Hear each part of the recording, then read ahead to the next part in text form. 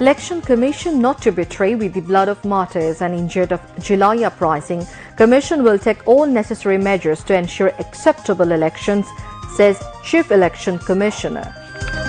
Electoral train begins its journey with the formation of Election Commission, says BNP.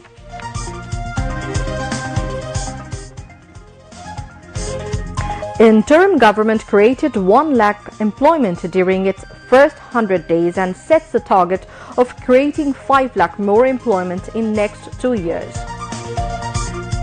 Fascist Hasina government created over 10,000 murals and sculptures across the country in the name of Mujibiyya and vested Taka 4,000 crore from public funds. Palestine welcomes arrest warrant issued by International Crimes Tribunal against Israeli Prime Minister and former Defense Minister.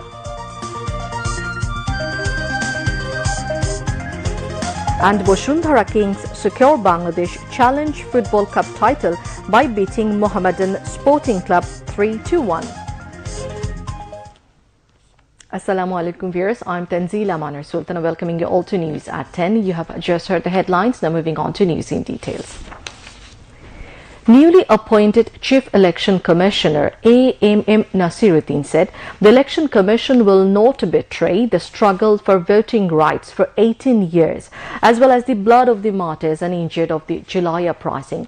He said this at an interview with the BTV. The new CEC has assured of all necessary measures to hold a free, fair, impartial and credible election.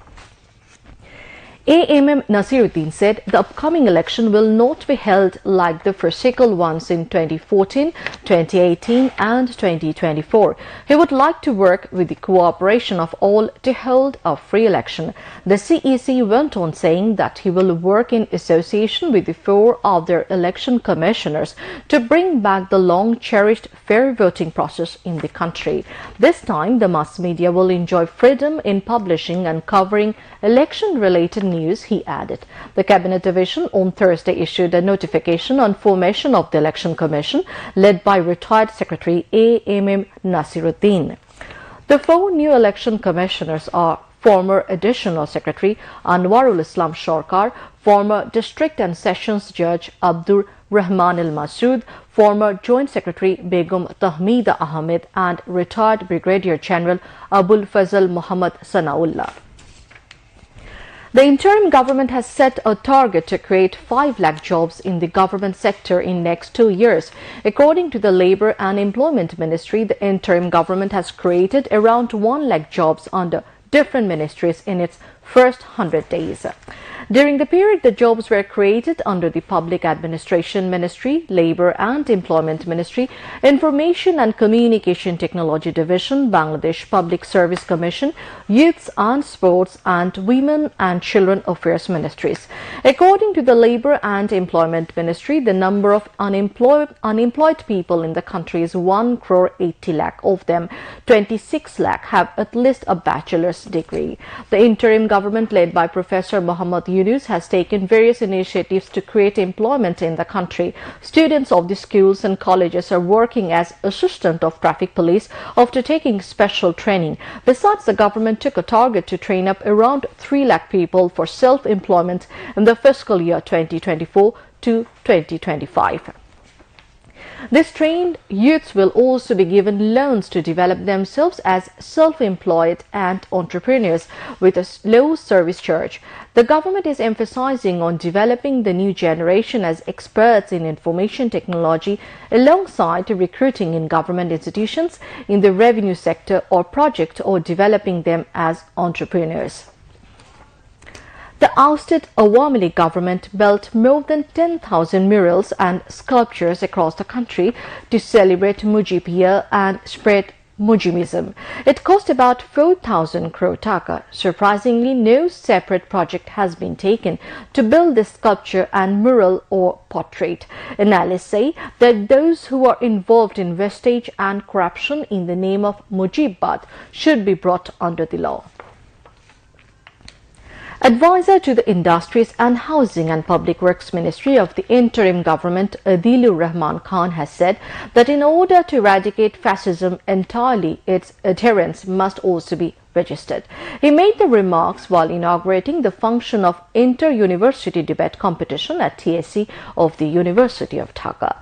The advisor said that fascism has vanished, but its adherents have not. It is necessary to uproot them. He said fascism will reappear repeatedly. It must be registered. Adilur Rahman Khan urged the students to remain united and stay focused on the goal without getting frustrated.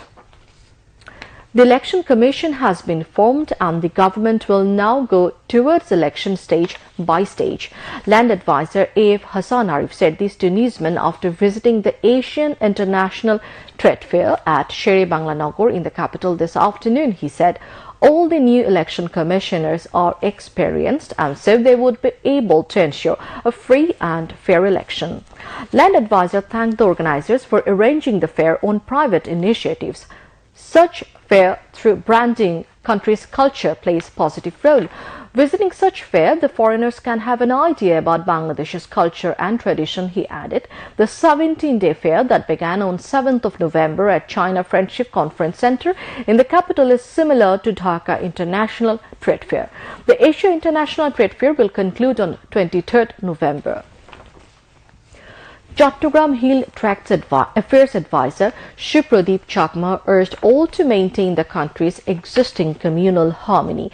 He made the call at the Wangala Festival of Garo community in the capital today. Shago Richil, president of Wangala Celebration Council, presided over the program held at Bonani Model School and College. The Wangala festival is being observed this year like in the past, showing respect to the god of Garo, Misi Saljong, through various programs including harvest of new crops. General Secretary of the organization, Shimul Rema and Nokma Jolonto Chishim spoke on the occasion.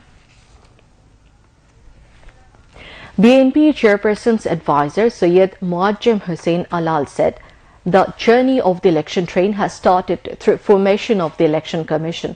He said BNP wants to keep confidence on the new Election Commission.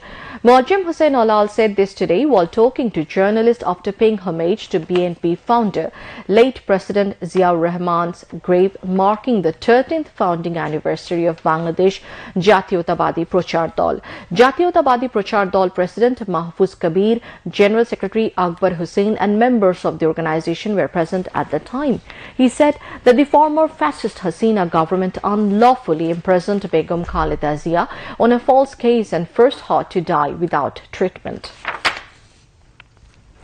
BNP Senior Joint Secretary General Ruhul Kabir Rizvi urged the government to take the responsibility of those injured and the family members of the martyrs of the July-August mass upsurge.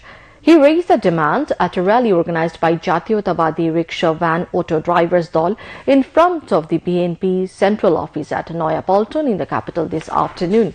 Speakers at the rally hoped that a positive decision would come by Sunday next regarding battery-operated rickshaw.